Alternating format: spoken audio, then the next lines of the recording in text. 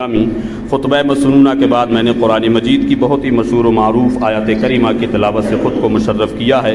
پروردگار عالم اپنے مقدس کلام میں بڑے ہی فصیح و بلیغ انداز میں ارشاد فرماتا ہے وَلَا تَقُولُوا لِمَن يُقْتَلُ فِي سَبِيلِ اللَّهِ أَمْوَاتٌ، وہ لوگ جو اللہ کی راہ میں قتل کیے جائیں انہیں مردہ مت کہو، بل احیاء ولیکن لا تشعرون، بلکہ وہ زندہ ہیں لیکن تمہیں ان کی زندگی کا شعور نہیں ہے۔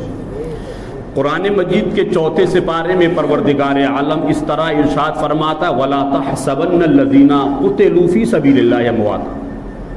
پہلی آیت کریمہ میں اللہ نے فرمایا مردہ مت کہو، اور دوسری آیت کریمہ میں شہیدوں کا مقام بلند کرتے ہوئے پروردگار عالم بڑے ہی فصیح و بلیغ انداز میں ارشاد فرماتا ہے وَلَا تَحْسَبَنَّ الَّذِينَ قُتِلُوا فِي سَبِيلِ اللَّهِ أَمْوَاتٌ، وہ لوگ جو اللہ کی راہ میں قتل کیے جائیں انہیں مردہ گمان بھی مت کرو۔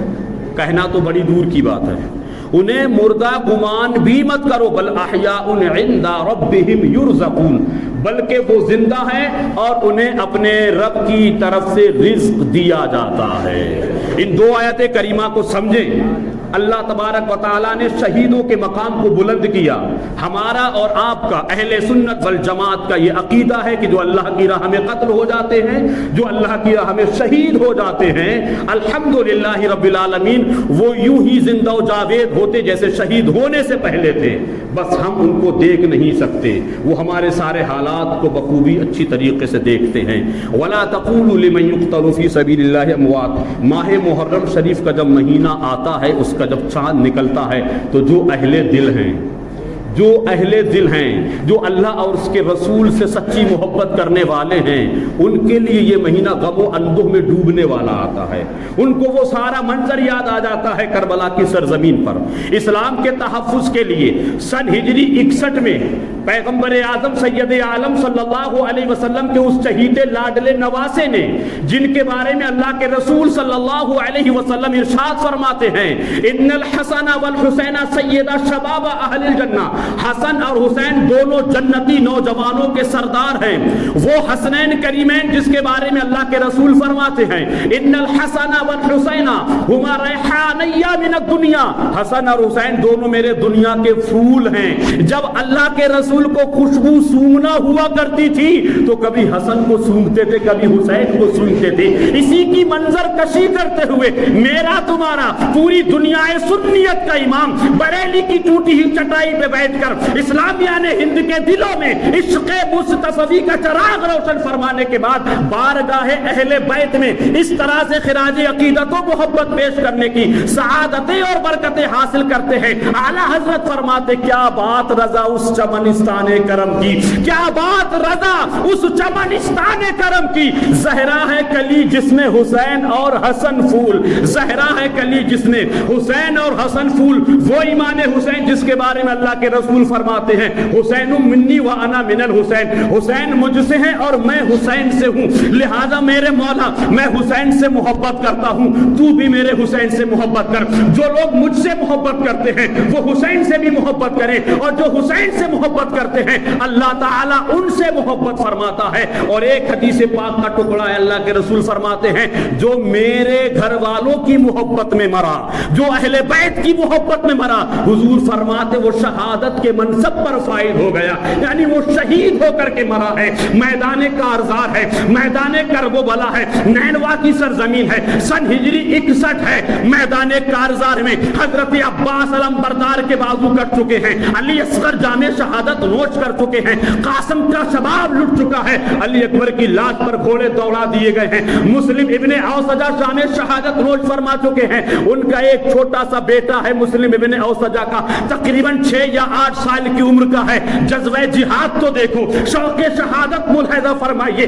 8 سال کے بچے کو ماں نے اپنے گود میں لیا، اور گود میں لینے کے بعد وہ ماں کہتی دیکھ تیرا باپ جامع شہادت نوش فرما چکا ہے، جتنی جلدی ہو سکے امام حسین کے قدموں میں جا اور جامع شہادت نوش فرما، کیونکہ میں تمہیں اس حال میں دیکھنا نہیں چاہتی ہوں کہ نبی کے گھر کے بچے شہید ہو جائیں اور میرا بچہ نظروں کے سامنے زندہ کھیلتا ہوا دکھے، لہذا اس سے پہلے کہ نبی کے گھر والوں کے بچوں کا نمبر آئے، بیٹے میں تیری ماں ہوں، میری دلی تمنا ہے کہ میری نظروں کے سامنے نبی کے بیٹے کے قدموں پہ زندگی کی آخری سانس لے کے جامع شہادت نوٹ فرما لے. یہ 8 سال کا بچہ، یہ 6 سال کا بچہ، یہ جذبہ آیا تو آیا کہاں سے؟ یہ شہادت کا شوق آیا تو آیا کہاں سے؟ یہ شہادت کا شوق جب آتا ہے، جذبہ جہاد جب پیدا ہو جاتا ہے، جب کسی کا سب کچھ لٹ گیا ہوتا ہے. کربلا میں سب کچھ لٹ چکا ہے، لیکن لٹانے والوں کو اللہ تبارک و تعالی نے جتنا بلند مقام عطا فرما دیا ہے،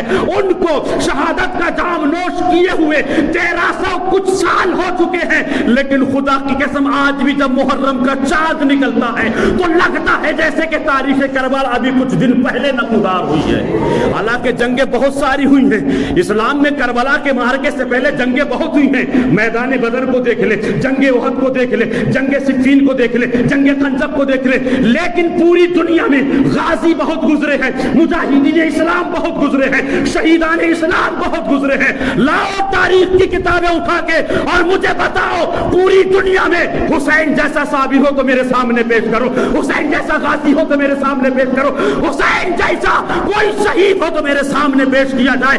سارے شہید بے مثال ہیں، سارے شہیدوں کا کوئی جواب نہیں. میں کہتا ہوں جیسے نبیوں میں مصطفیٰ کا کوئی جواب نہیں، اسلام کے تحفظ کے لیے شہیدوں میں حسین کا کوئی جواب نہیں. کوئی تاریخ پیش نہیں کر سکتا جیسی شہادت امام حسین کی ہوئی ہے. 8 سال 6 سال کا بچہ ننھے پیروں سے بھاگتا جا رہا ہے، چھوٹی سی تلوار ہے. جیسے ہی میدان کارزار میں دیکھا امام حسین پکار اٹھتے ہیں، یہ دیکھو کس کا بچہ جا رہا ہے، یہ دیکھو کس کا بچہ جا رہا ہے. اور اس بچے کی شہادت سے پہلے ابھی اس بچے کے باپ کا انتقال ہوا ہے، ابھی اس بچے کے باپ نے شہادت کا جام نوش کیا ہے. آقا فرماتے ہیں امام حسین علی اکبر دیکھو، بڑھ کے دیکھو تو صحیح یہ کس کا بچہ ہے، کون ہے جس نے اپنے بچے کو دولہا بنا کر کے میدان کارزار میں بھیجا ہے.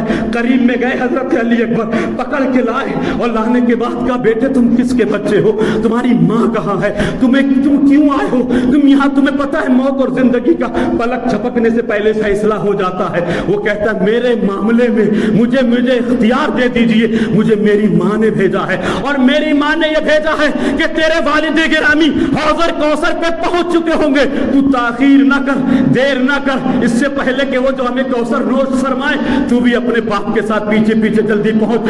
آقا کی بارگاہ میں چھوٹا بچہ بچگانہ انداز میں اپنا خراج پیش کر رہا ہے. حسین سینے سے لگاتے ہیں اور لگانے کے بعد پوچھتے بیٹے یہ تو بتا تیری خوش نصیب ماں کہاں ہے، تو کس خوش نصیب باپ کی اولاد ہے. وہ بیٹا کہتا ہے یہ تو لاش تڑپ رہی ہے نا، یہ مسلم ابن اوسجہ یہ میرا باپ ہے اور میں چاہتا ہوں جیسے تمہارے قدموں پہ میرے باپ نے شہادت کا جام نوش کیا ہے، مجھے جینے کا کوئی حق نہیں ہے.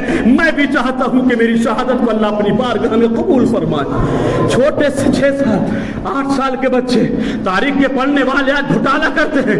آج ظالموں کو تاریخ کے صحیح سے معاملات کے بارے میں نالج و جانکاری نہیں ہے. ظالم کہتے ہیں وہ لڑائی سیاست کی تھی، وہ لڑائی راجنیتک کی تھی، وہ لڑنے گئے تھے.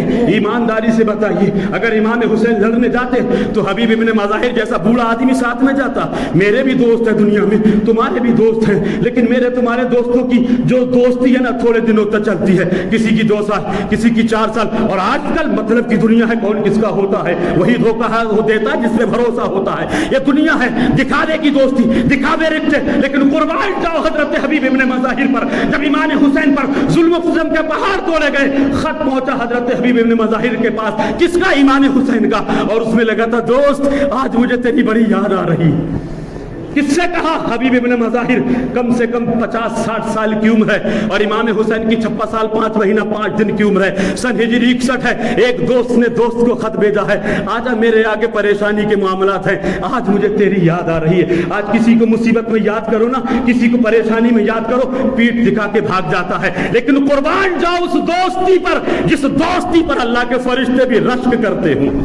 حبیب ابن مظاہر کے پاس خط پہنچا اور اپنے دوست کی آواز پہ لبیک کہتے ہوئے حبیب ابن مظاہر میدان کارزار میں پہنچ گئے.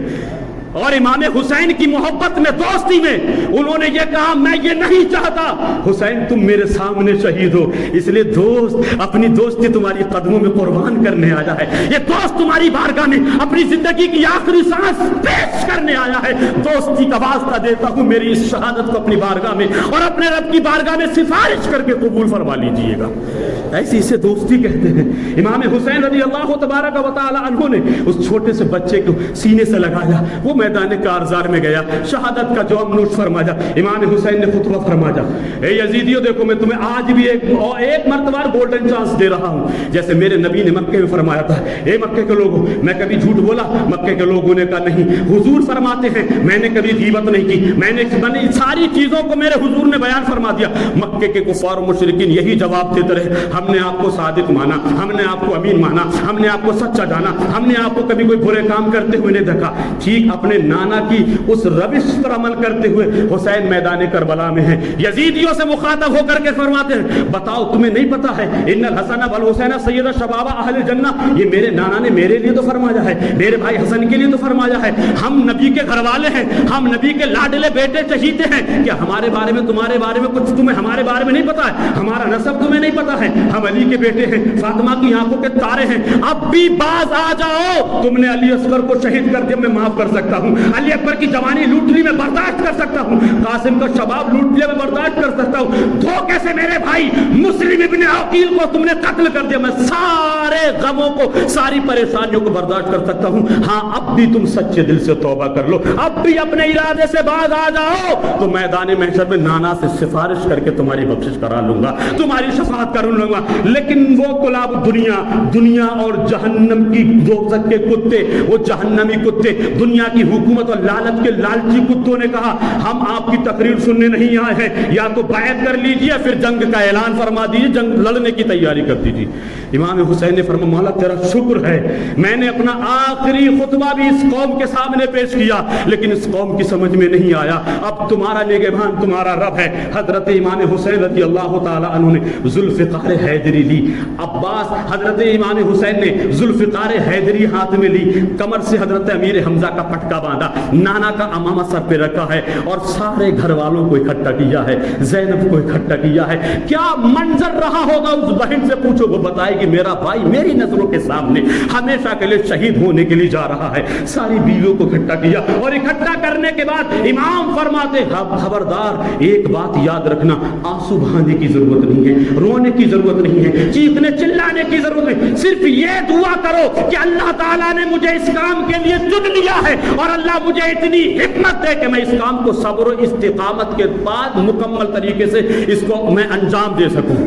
گھر والوں کو تلقین کی، صبر کی تلقین دی۔ امام حسین میدان کارزار میں ہیں، حضرت امام حسین نے جو تلوار چلائی ہے، اگر پورم میں جا رہے ہیں تو لاشوں کے ڈھیر لگے چاروں طرف سے، جب امام حسین نے اپنی تلوار کو گھمایا ہے لاشوں کے انبار لگ گئے، بڑے بڑے روم اور مصر اور ملک شام کے وہ پہلوان جن کے نام کو سن کر کے بڑے بڑے پہلوان تھر تھر کانپتے تھے، اپنا حسب بتاتے ہیں ہمیں نہیں جانتے ہو، مصر کے لوگ ہم سے ڈرتے ہیں، ہمیں نہیں جانتے ہو، ملک کے شام میں ہماری مقابلے کا کوئی نہیں ہے۔ حضرت امام حسین فرماتے ہیں تم ہمیں یہ مت بتاؤ کہ تم شام کے پہلوان ہو یا روم کے پہلوان ہو یا مصر کے پہلوان ہو، یہ سارے قصیدے بعد میں پڑھنا، پہلے علی کے بیٹے کا مقابلہ کرنے کی تیاری کرو۔ آخر کار حضرت امام حسین نے لاشوں کے انبار لگا دیے، ظالموں نے دیکھا کہ ایک ایک کر کے تو امام حسین کا اگر یہ معاملہ رہا تو شام تک سارے یزیدیوں کو ختم کر دیں گے۔ ابن سعد چلانے لگا، شمر ذل جوشن چیخنے لگا، اے لوگو تم اس کو ہلکے میں نہ لو، یہ علی کا بیٹا ہے، یہ فاطمہ کا بیٹا ہے، فاطمہ کا دودھ حسین کی رگوں میں خون بڑھ کے دوڑ رہا ہے، اگر اس کو مارنا ہی ہے تو چاروں طرف سے یک بارگی حملہ کر دیا جائے، تیروں سے حملہ، برچھیوں سے حملہ، نیزوں سے حملہ۔ اب ایک مجاہد بھی، ایک لڑنے والا کب تک کس کا تعاقب کرتا، کس کا دفاع کرتا؟ آخرکار ایک ظالم نے امام حسین کی پیشانی پہ تیر مارا، وہ پیشانی جس کو میرے آقا صلی اللہ علیہ وسلم اکثر چوما کرتے تھے، میرے امام گھوڑے کی زین سے فرش زمین پر تشریف لے جاتے ہیں، ظالموں نے چاروں طرف سے اکٹھا کر کے میرے امام کو جامع شہادت نوش کرنے کے لیے سجدے کی حالت میں ہیں، وقت ظہر ہے، حضرت امام